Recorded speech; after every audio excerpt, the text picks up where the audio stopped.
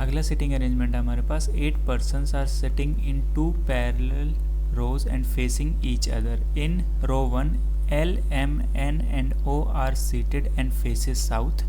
In row 2, U, V, W and X are seated and faces north. 8 बंदे हैं, 1 2 3 4 एक दूसरे को फेस कर रहे हैं, 1 2 3 4.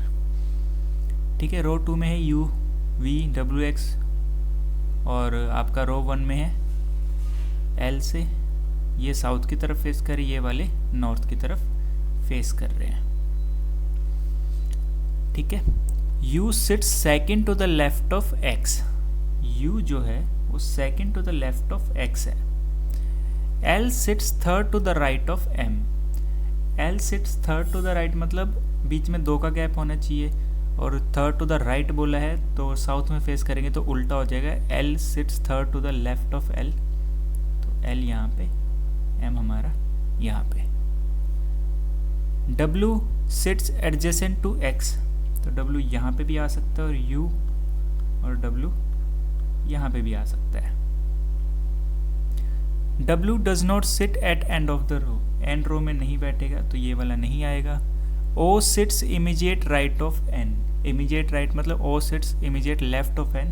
अगर साउथ की तरफ फेस करेगा तो O यहाँ पे आ जाएगा, N हमारा यहाँ आ जाएगा.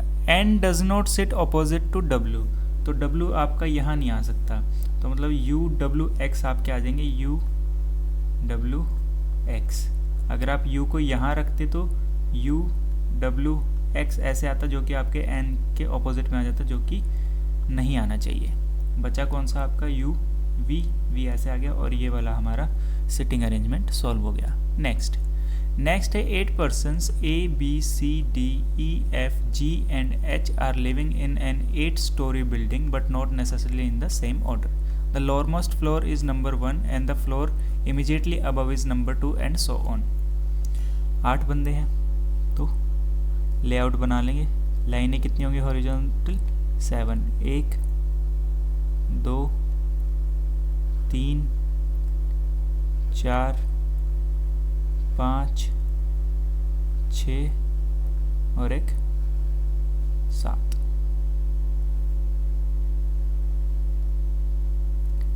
ठीक है, 8 7 6 5 4 3 2 and 1. F lives on the lowermost floor. F जो है सबसे नीचे रहता है. 3 person live between F and B. H lives adjacent to B. A lives between G and D but there is no floor gap between them. मतलब G A D या फिर D A G ये तीनों इकट्ठे आएंगे तो 3 वाला कहाँ का बन रहा है? एक आपका सेकंड वाले में टॉप पे बन रहा है और एक आपका यहाँ पे बन रहा है, लेकिन दोनों आ सकते हैं. ठीक है, E lives on floor 3. E जो है आपका फ्लोर 3 में आएगा तो इस वाले में तो ये बनेंगे नहीं क्योंकि कहीं भी 3 लगातार नहीं है तो हम इनको मिटा लेंगे.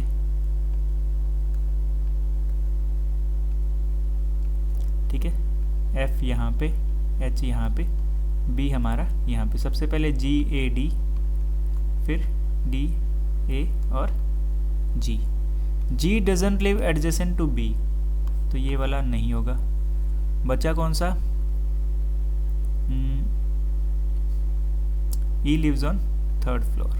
E आपका यहाँ पे आ गया, A B C रह गया, C आपका सेकंड फ्लोर पे आ जाएगा और ये वाला सॉल्व हो जाएगा. Next 7 persons L M N O P Q and R are sitting in a straight line such that all of them are facing towards the north. तो 1 2 3 4 5 6 7 1 2 3 4 5 6 7.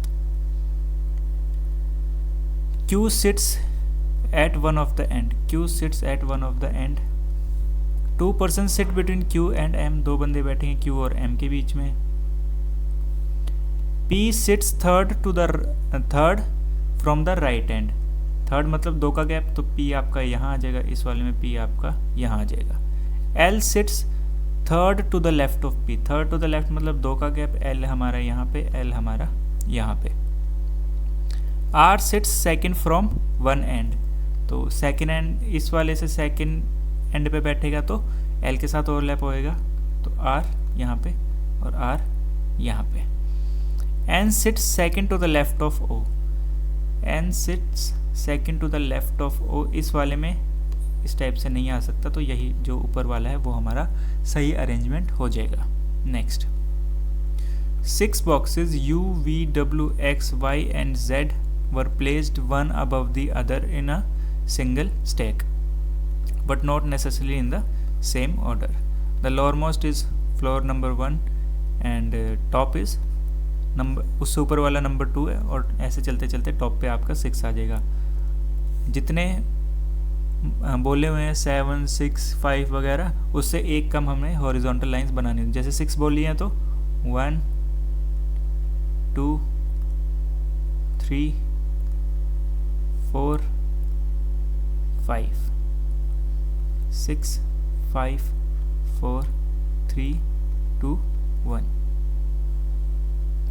बोला क्या है, y placed at box 3, y जो है वो box 3 पे है। u was placed adjacent to y, 2 boxes were placed between u and z, 2 boxes होंगे u और z के बीच में। w was placed at top, only 1 box between w and v, w और v के बीच में एक बॉक्स आएगा, इस वाले में पॉसिबल है नहीं, v यहाँ पे आ जाएगा आपका। तो बचा कौन सा आपका, बचा आपका x, वो सबसे नीचे आ जाएगा, और इस तरह से ये वाला पजल भी हमारा सॉल्व हो जाएगा। Next 7 persons A, B, C, D, E, F and G are born on different months। 7 है तो फिर से 6 लाइंस बनेगी, 1, 2, 3, 4, 5 और 6। March, April, May, June, July, August and September. D is born in June, D जो है वो जून में है। Only 2 person are born between D and E, तो D और E के बीच में 2 बंदे पैदा हुए हैं। C is born immediately before E, तो इस वाले में before E नहीं हो नहीं सकता।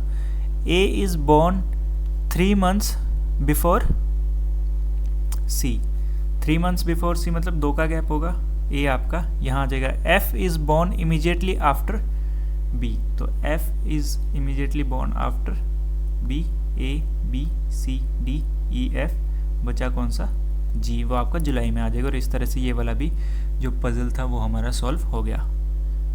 Next, 7 persons L, M, N, O, P, Q and R are going to a temple on different days of week starting from Sunday to Saturday।